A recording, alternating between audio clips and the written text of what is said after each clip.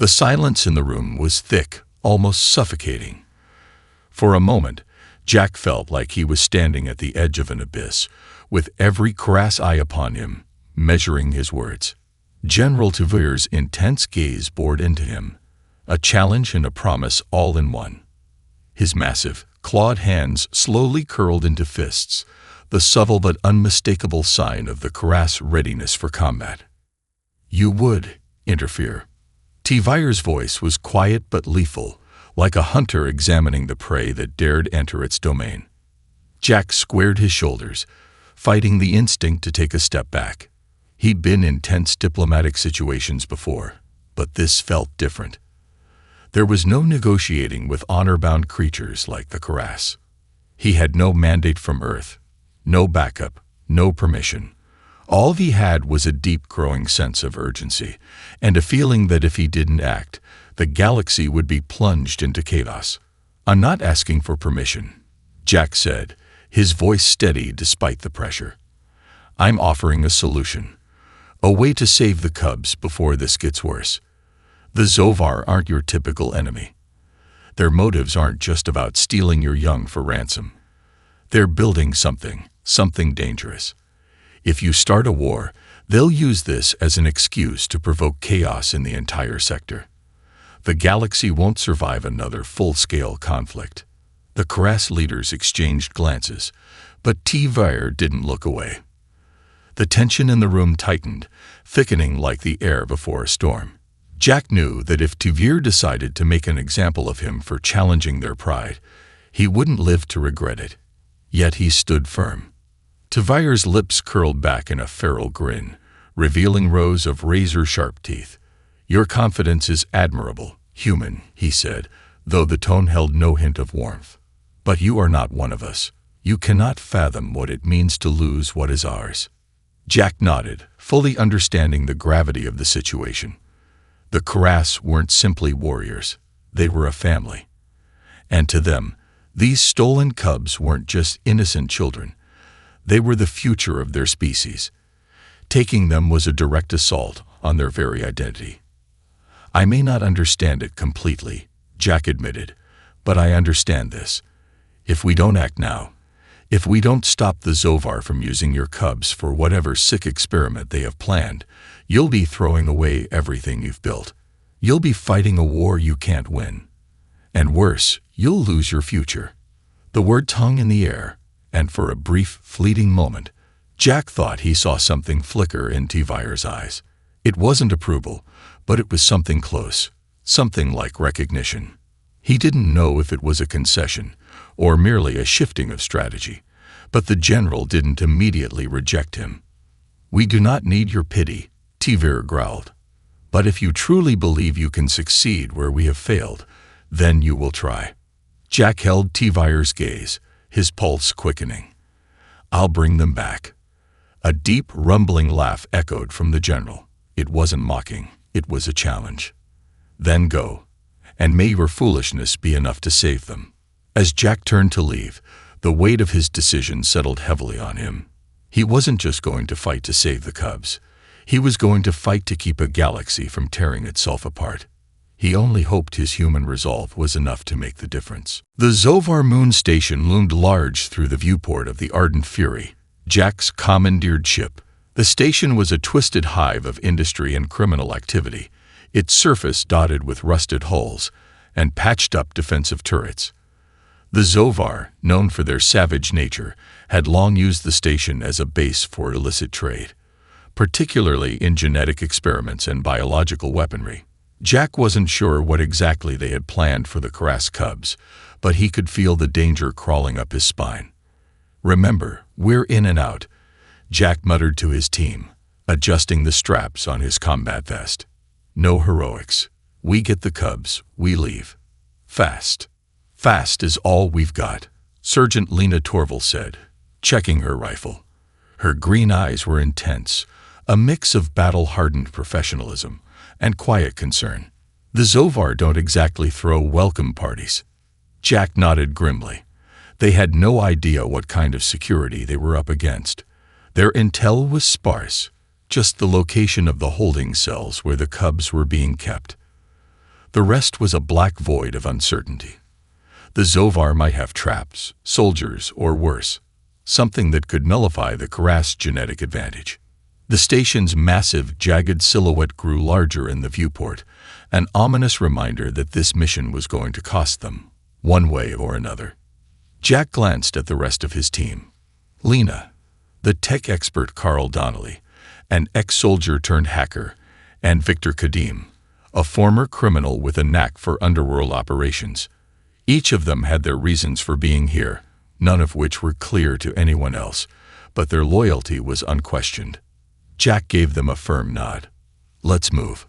The Ardent Fury docked with the station's outer ring, its landing bay a nondescript chamber filled with industrial-grade machinery.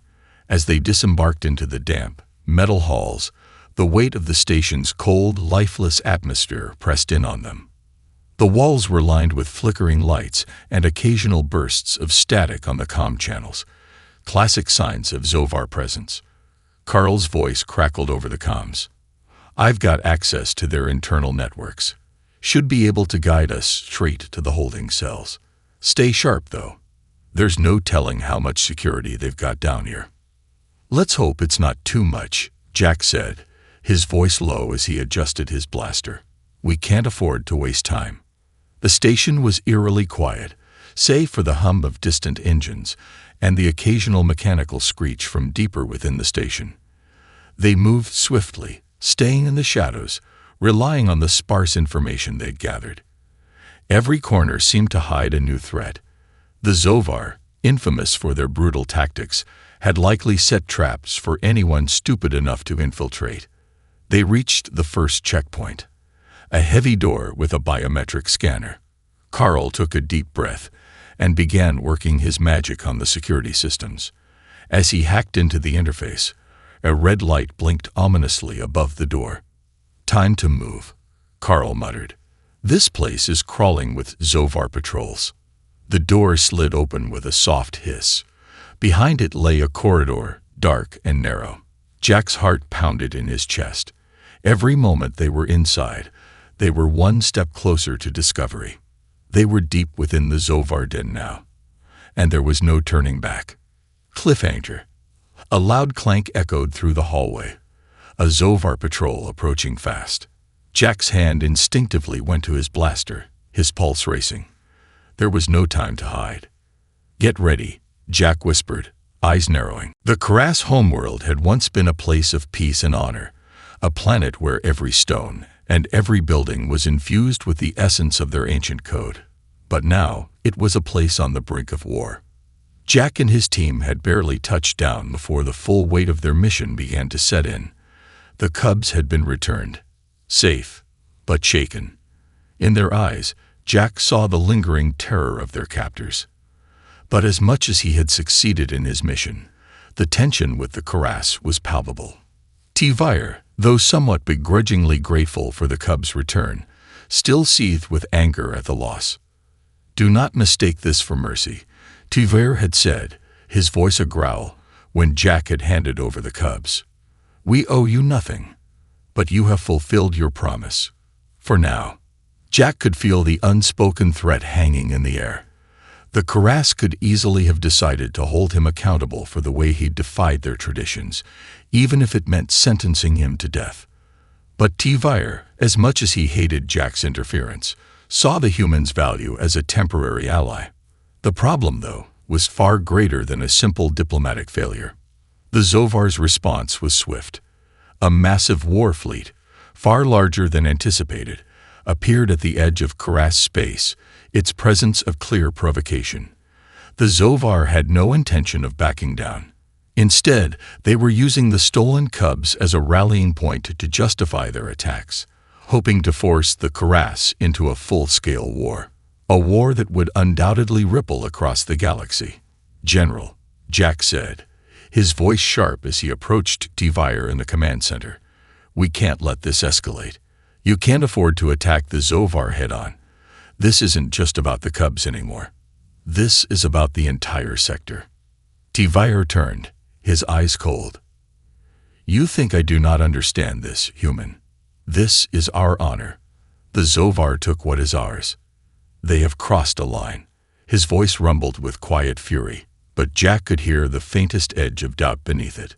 Jack's words were becoming more desperate. Honor won't save you, General. If you attack, the Zovar will counter with everything they have. They'll rally every underworld faction, every mercenary they can find. This war will spill into the neutral sectors, and we'll have an intergalactic disaster on our hands. You have to reconsider. Before Tvire could respond, the door to the command center hissed open. A Karass officer, grim-faced and pale, entered, clutching a datapad. General, the officer said, we've received troubling intelligence. There are factions within our leadership, collaborating with the Zovar. Jack felt a jolt of disbelief.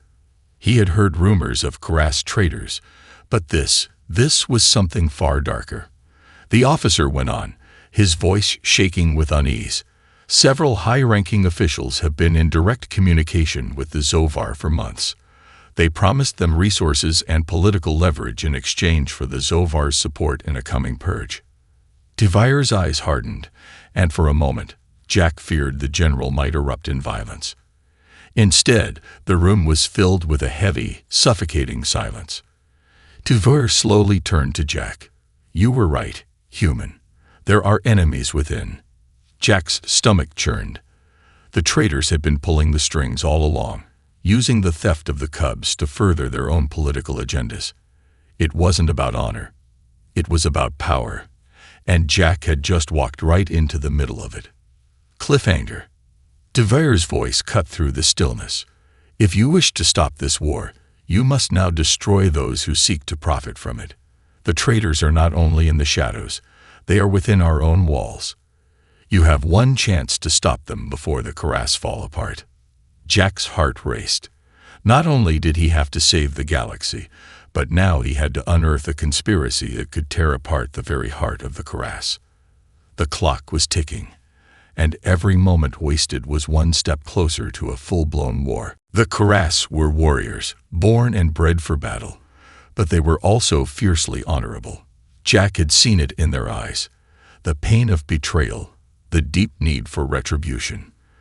The news of the traitors within their ranks had set their war machine into motion. It didn't matter that Jack had just brought the cubs back. The Karass were now on the brink of annihilating the Zovar, and nothing, not even a human's words, could stop them. He couldn't let it happen. Not like this. Not when the stakes were this high. He stood in the cold, sterile command center of the Karass War Command Station, his heart pounding in his chest as Tvire paced in front of a vast holomap displaying the positions of the Karass and Zovar fleets. Jack knew he was pushing the limits now, but every moment wasted gave the Zovar an edge. Their massive warships, long-range missile platforms, and fleets of genetically enhanced soldiers were on the move. If the Karass launched their offensive now, the Zovar would retaliate with a full-scale assault, and the resulting conflict would spill across the entire sector. Thousands of neutral worlds would be caught in the crossfire. We're not going to attack yet, Jack said, his voice steady but urgent as he stepped closer to the holomap, drawing Tvire's sharp gaze. If you go after the Zovar fleet, they'll use every trick in their arsenal to drag this war into a bloodbath. They'll frame it as a galactic crusade. Tvire growled low, his expression full of barely contained fury. And what would you have me do, human? Stand idly by while the Zovar mock us, while they desecrate our children, our future. I don't want to stand idly by. I want to stop a war, General. Jack's words were cutting through the tension, each syllable laced with urgency. But you can't do it by attacking blindly. You need to expose the traitors within your ranks, now, before they can manipulate this conflict any further. Tvire was silent for a long moment, his eyes burning with a mixture of rage and shame. Jack could see it in his gaze, an internal battle. The Karass had always been a people of honor, of strength. Betrayal was a wound that ran deep within their soul. Where are they? Jack pressed. The traitors. You have to give me their names, now, or this war will spiral out of control. They are close, Tvire murmured, his voice suddenly distant. "I know where some are hiding, but the rest, their influence runs deep." He clenched his fists, his voice darkening. "You will find them, human. And if you do not, I will give you no second chance." Jack nodded. He didn't need a second chance. Not now. Not when the fate of the entire galaxy hung in the balance. The tension was so thick, he could feel it in his chest as he turned to leave. "We'll do this your way, General," Jack said quietly. "But if the Zovar make the first move, there will be no stopping them." Cliffhanger.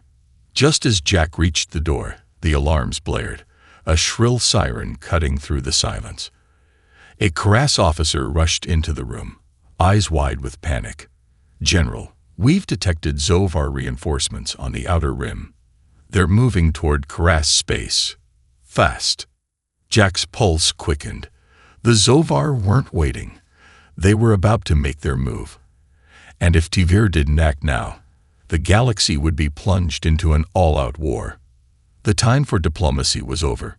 Now it was time for action. The Karass homeworld's ancient tunnels ran deep beneath the surface, a labyrinth of caves and hidden chambers that few, even among the Karass themselves, knew well. Jack had been down here only once before, during his brief but intense diplomatic mission to broker peace between the Karass and a neighboring system. Now, this place, once a symbol of Karass unity, was about to become the battleground where everything would change. Tivir had given him a single lead, a name: Vark.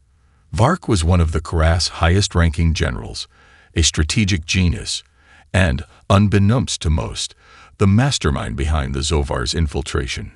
Jack wasn't sure if Vark had orchestrated the betrayal himself, or if he'd merely taken advantage of the political chaos surrounding the kidnapping.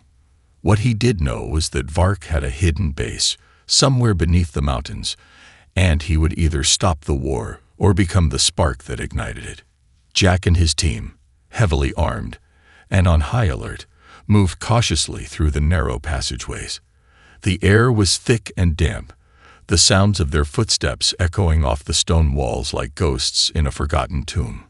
The tension between them was palpable, each member of the team acutely aware of how high the stakes were. The quiet hum of the station's security systems, dark, cloaked, and ready, seemed like a warning. "You know," Victor muttered, his voice low, "if we're wrong about this, and we end up walking into a trap." "Don't jinx it," Carl cut in sharply, his eyes flicking nervously around the dimly lit hallways. "I've already disabled every camera and sensor in a 50-kilometer radius. No one's watching us, but I wouldn't mind getting the hell out of here as soon as possible." Jack said nothing. His mind was already racing ahead, mapping out the next steps. They had to find Vark before his treachery was fully exposed to the Karass leadership. If Vark managed to rally enough support among the Karass military elite, the war could begin without anyone even realizing it was happening. As they ventured deeper into the bowels of the station, they came to an imposing, heavily guarded door. It was clear they had reached the heart of the operation. 2 Karass soldiers stood at attention, their faces grim and taut with purpose. They didn't even flinch as Jack and his team approached. These weren't normal guards. They were loyal to Vark, and they knew what Jack had come for. The tension was immediate, and for a moment, Jack could almost hear the blood in his ears, pounding with every beat of his heart. One of the guards spoke in Karass, his voice thick with disdain. "You are not welcome here, human." Jack didn't flinch. "We're not here for pleasantries," he said coldly. "Get out of our way." For a second, nothing moved. The guard seemed to measure the human captain's resolve, deciding if the words were a bluff or if Jack had the gall to back them up. "Move," Jack ordered again. A deep growl rumbled in the throat of one of the guards, but it was the only sound before the first shot rang out. Cliffhanger.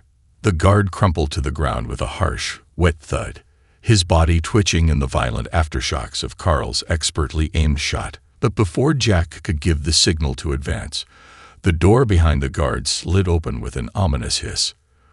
Vark's voice echoed from the shadows. "You're too late, Captain Harrington." The war has already begun. The door slid open with a low hiss, revealing the shadows of the war room, its walls lined with encrypted terminals, weapon racks, and the faint hum of an unseen power source. The air smelled of ozone and metal, heavy with the scent of impending violence. Jack and his team stepped into the room, weapons drawn. The tension was thick enough to cut with a blade, and for a moment, it felt as if the very walls were closing in. Behind them, the dead guard lay motionless, his blood staining the floor.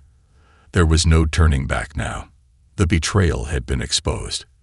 The war had already started. Vark was waiting. He stood in the far corner of the room, his figure draped in a cloak of shadow. His face was obscured by the hood of his dark, crass ceremonial armor, but his eyes gleamed with cold, calculating intelligence. He knew they were coming. He had known all along. Jack's pulse quickened, but his voice remained steady as he took a step forward. "It's over, Vark. You're done. The Karass will never follow you into war." Vark chuckled, low and menacing. The sound sent a ripple of unease through the room. "Do you think it's that simple, human? Do you think you can just waltz in here and undo everything I've worked for?" He stepped out of the shadows, his eyes gleaming with cold malice.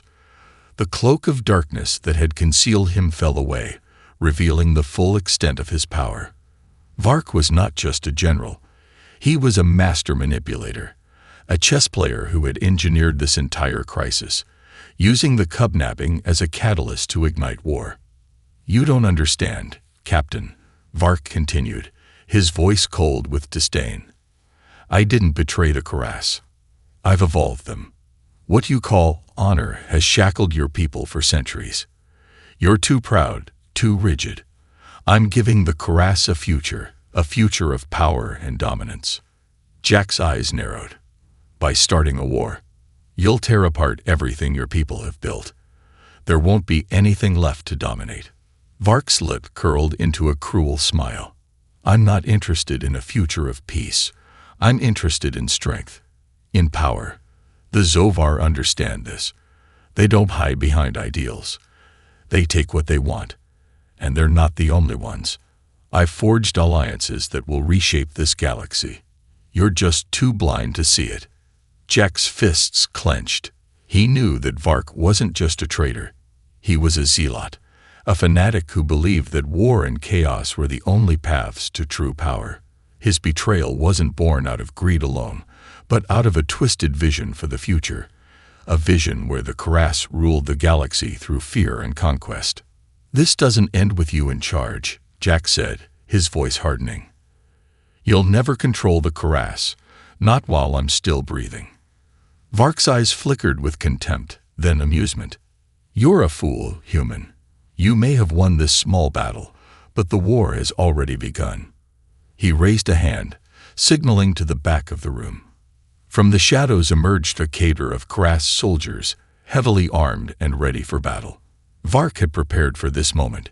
He wasn't going down without a fight. Jack's heart raced. There were too many of them, but he had to act fast. The moment he hesitated, the Karass leadership would rally behind Vark, and the war would be set in motion. The room erupted into chaos. Blaster fire and the sounds of combat filled the air as Jack and his team sprang into action, their training kicking in like clockwork. Victor and Lina took the left flank, Carl working his tech magic to disable the station's internal defense systems. Jack charged forward, his blaster raised. The Karass soldiers were formidable, but they weren't prepared for human resolve. Jack's every move was precise, calculated. He had no choice but to fight for his life, for the Karass future, and for the galaxy that hung in the balance. Cliffhanger. As Jack dove for cover behind a reinforced pillar, a massive explosion shook the room, sending debris flying in every direction. Through the smoke and chaos, Jack spotted Vark making a beeline for a hidden exit. His heart pounded. The traitor was escaping. "Not today, Vark," Jack shouted as he sprinted toward the retreating figure, weapons drawn. The chase was on. and Jack was determined not to let the galaxy fall into the hands of a madman. The explosion had thrown Jack's senses into chaos. Smoke and debris filled the war room, stinging his eyes and blurring his vision. The oppressive silence that followed was filled with the hum of distant alarms and the crunch of harassed soldiers trying to regain control. But there was no time to linger. Vark had made his move. Jack's heart hammered in his chest as he pushed through the smoke, his eyes scanning for the traitor. The exit was up ahead, a hidden doorway disguised in the shadows, leading to the ancient cavern system beneath the Karas fortress. It was a labyrinth of underground tunnels, long forgotten by most Karas, except the most loyal, most secretive operatives, like Vark. "You think you can outrun me, Vark?" Jack muttered, teeth clenched, as he dove into the darkened hallway after him. The sound of boots pounding against stone echoed ahead, the only sign that the general was still within reach. Jack didn't waste time. He was fast, his training keeping him one step ahead of the chaos he left behind. Behind him, Victor and Lena were clearing the last of the Karas soldiers, and Carl was working to get the station's systems back online to stop the incoming reinforcements. But this was personal. Jack couldn't afford to let Vark slip away. Not when everything was on the line. The cavern ahead opened into a wide, echoing chamber. The walls stretched upward like jagged teeth, their tips lost in the shadows. At the center, a massive stone bridge spanned a deep chasm, its edges worn by centuries of neglect. The bridge was their final crossing, and Jack could see Vark at the far end, moving with unnatural speed. The traitor wasn't just running. He was preparing something. "Stop, Vark," Jack shouted, his voice carrying across the chasm, but Vark didn't turn. The figure before him was too sure of his victory, too convinced that Jack wouldn't reach him in time. As Jack raced toward the bridge, the ground beneath his feet began to tremble. A low rumble echoed through the cavern, vibrating the air. It wasn't just the sound of his footsteps. The walls, the very earth itself, seemed to be reacting to Vark's presence. Jack's blood ran cold as the realization struck him. Vark wasn't fleeing. He was activating something. The chasm below them began to glow faintly, a sickly green hue emanating from deep within. Vark had triggered a seismic charge, a weapon of mass destruction buried in the depths of the cavern. It was meant to level the fortress, to start a chain reaction that would shatter the planet itself if the Karas didn't back down. "You're too late, human," Vark called out, his voice distorted by the echoing cavern. "This planet, this people, everything you care about, it will burn, and you will burn with it." Jack's breath came in short gasps, his eyes flicking from Vark to the pulsing green light beneath them. The traitor was mad. Completely insane. He triggered a doomsday device, something powerful enough to kill thousands of Karas and destabilize their homeworld. And now Jack had only one chance to stop it. Without hesitation, Jack charged, his pulse quickening as he leaped onto the bridge, his footfalls loud in the empty space. The chasm's glow intensified, the rumbling growing louder, and Vark turned to face him, his dark eyes cold with finality. "I warned you, Captain," Vark said, raising his hands, a flicker of twisted satisfaction crossing his face. "Your people are weak. You cannot stop me." Jack didn't stop. He was too close now. One final sprint. His breath caught in his throat as he fired his blaster, a shot aimed directly at Vark's chest. Cliffhanger. The blast hit Vark, but he didn't fall.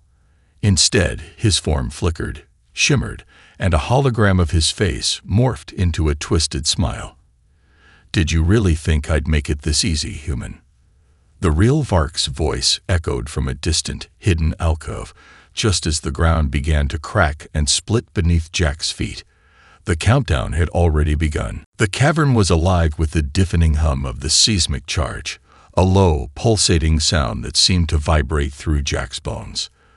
The bridge beneath his feet groaned, its ancient stonework straining against the weight of the device Vark had set in motion. The sickly green glow from the chasm below grew brighter, more frantic, like a beating heart about to explode. Jack's breath came in short, ragged bursts as he sprinted across the bridge, his every step pushing him closer to the traitor's plan. Vark had managed to outwit him. Again. The hologram had been a decoy, and Jack had fallen for it. Vark's voice echoed through the cavern, deep and mocking, as the countdown continued relentlessly in the background. "You should have known, human," Vark's voice boomed from the dark alcove. This was never about power or ideals. This was about freedom. Freedom from the shackles of honor and restraint. "I've broken the chains of your people's past, and soon the Karass will be free to rule as they were always meant to." Jack's heart pounded in his chest. He could hear the laughter in Vark's voice, but it was tinged with desperation now. The traitor knew, deep down, that even if the bomb detonated, his victory wouldn't last. The Karass were not so easily controlled. His betrayal, his zealotry, they would burn him as a heretic once the dust settled. The countdown echoed louder. T-3 minutes. Jack's mind raced. Vark had given up everything for this moment. His people, his homeworld, and the future of the galaxy. But he hadn't anticipated Jack's resolve. And he certainly hadn't accounted for the human capacity for sacrifice, the will to fight against impossible odds. "Not today, Vark," Jack muttered under his breath, his voice tight with determination. The bridge was nearly halfway across the chasm now, but there was no turning back.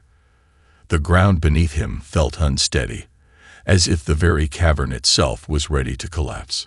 Suddenly, a shot rang out from the darkness ahead.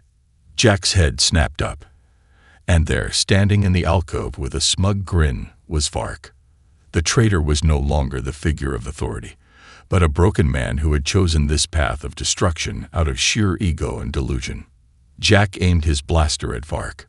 The traitor raised a hand, his face twisting in defiance. "You cannot stop me, human. The charge is irreversible. Even if you kill me, the bomb will detonate, and the Karass will burn, as they should." The words sent a spike of anger through Jack, but he knew one thing. He wasn't going to let Vark have the satisfaction of being the last one standing. Jack's finger tightened on the trigger, but just before he could fire, a loud crack filled the cavern. The bridge beneath him began to crumble. Without warning, the chasm below split open, and Jack lost his footing, his body hurtling toward the abyss. His heart skipped a beat as he flailed, grasping for something, anything, to hold on to. Cliffhanger. In that split second, Jack's hand collided with the edge of the bridge, his fingers desperately clawing at the stone. The countdown was nearing its final seconds, T-30 seconds. And then, through the haze of smoke and chaos, Jack heard a voice, a faint whisper in the wind. "I believe in you." It wasn't T-Vire. It wasn't his crew.